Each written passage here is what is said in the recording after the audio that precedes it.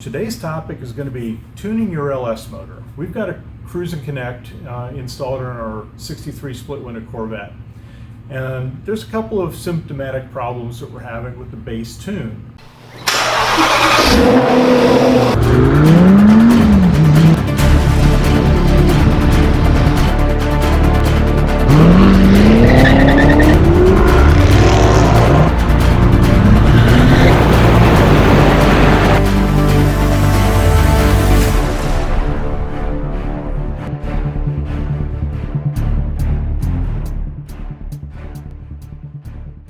Welcome to the Full Octane Garage. Today's topic is going to be tuning your LS motor, actually tweaking your LS motor. We've got a Connect and Cruise LS3 on our 63 Corvette split window project. And the one problem that we're running into is because we have some side pipes with short exhaust pipes, we're finding when we decelerate that we're getting a lot of popping out of the exhaust pipes. It's quite annoying. It's coming out right by my ears, so I want to fix that. My understanding is that that is the deceleration fuel cutoff. So when you decelerate, it cuts off any fuel, which causes the exhaust to pop. So there is a way to disable that. We're going to learn how. I haven't figured it out yet, but one thing that it requires to do is to be able to program your car. So I found that probably the most widely spread used tuner for the LS engines is by HP Tuners. HP Tuners has this MPVI2. It's about $299, and then you have to buy credits to do your tune on your computer. My understanding is it's going to take 2 credits to tune my engine computer. So credits are about $49 each, so I'm going to be into this thing for about, I think I bought this for about $390 with the credits built into it. It's going to require a laptop with a USB port that you're going to plug this into. You're going to get this. I have not opened it yet, so we're going to see what's in the box, but my understanding is that we're going to have the module that plugs in. This module will plug in your ODB2, and then it has a cable that has a USB on one end and I believe this is a small USB on the other end, and it plugs into the HP tuner. Once you get the software loaded into your laptop, then you're going to plug this device into your ODB2, this device into your laptop, and you're going to actually pull down the existing program you have in the car to see what's in there. I'm going to go through this. You're going to have to actually download it. I would recommend downloading a copy and saving it somewhere to your laptop, so if you ever had to revert back to it. And then we're going to also figure out how to disable the fuel cutoff so we can see how much better of a driving experience this car is going to be. So let's get right to it.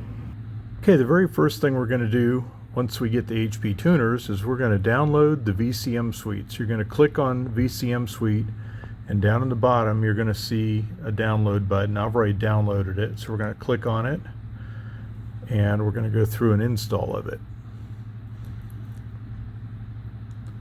We're going to do all the warnings. We're going to accept the license agreement because it won't work if you don't.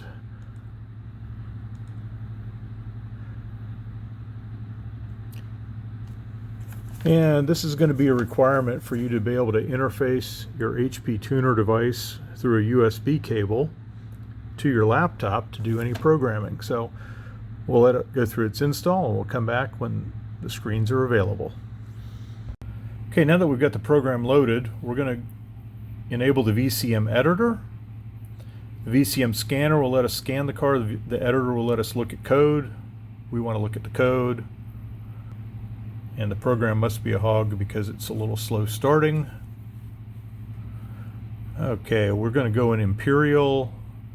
First time users, I think we're going to do the basic. I don't think we need to do the advanced at this moment since we're newbies. Okay, once we plug this thing into the car, we're going to actually do a read vehicle. And read vehicle is going to actually bring me my tune, and then we're going to go in and play with it and see what we need to modify.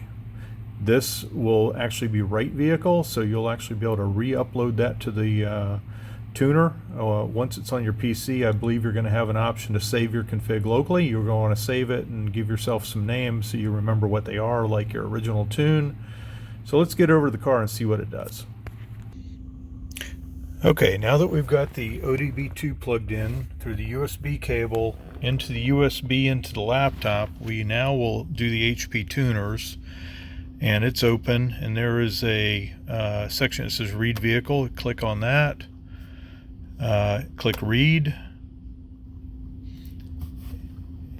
and it's going to read. It's going to say it's probably going to take 2 minutes and 34 seconds, so we'll come back after it reads.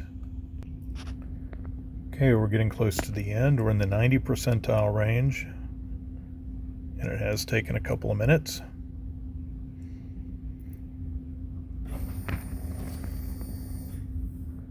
And we now will give ourselves a file name. That's going to be 63 Corvette.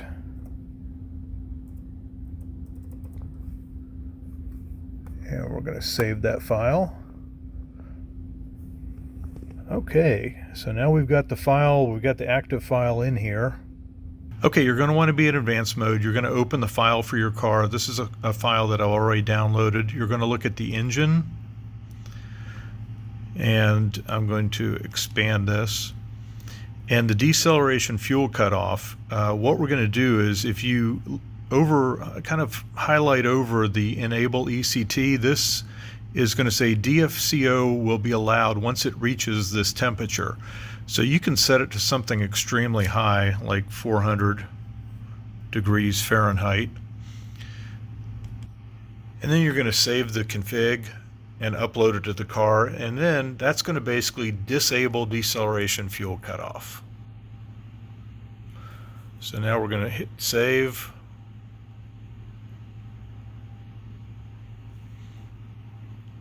It has been saved, so now we're going to go over to the car and we're going to push it into the car and see what happens. Okay, we're back in the car. Now what we're going to do is, while everything's plugged in, we're going to turn the key on, not start the car, just turn the car on, let the computer hook up. Once everything goes, then what we're going to do is, where it says Right Vehicle, we're going to click the Right Vehicle. Show license options. I actually have 2 credits available.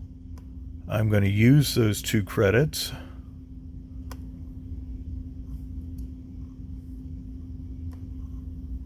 And they will now be assigned to this car. So we're going to go through, and it's going to go through and it's do its stuff. And what I've done is I've changed the enable deceleration fuel cutoff to 400 degrees. So the car will never see 400 degrees. So this is going to take just a little bit to write. And then once this is done, we'll unplug, shut it, put it, button everything up, go take it for a test drive and see if the deceleration popping has disappeared. Okay, it looks like it's complete. So now we'll close out HP Tuners and turn the car off, unplug everything, button everything up, and let's go for a drive. Okay, I think we have our problem fixed. It does not pop on deceleration anymore. Oh, that's so good. Guys, thanks for being with us at Full Octane Garage. We hope that you found this little tip helpful. It was an expensive fix because it cost about $399 for the tuner. But now I have a tuner and a diagnostic tool, and I can continue to use it for the life of this particular vehicle, and for another $100 credit, I can use it on my Grand Sport. So tell your friends all about us. Come back soon. We're going to have a lot more cool videos going on here at the Full Octane Garage.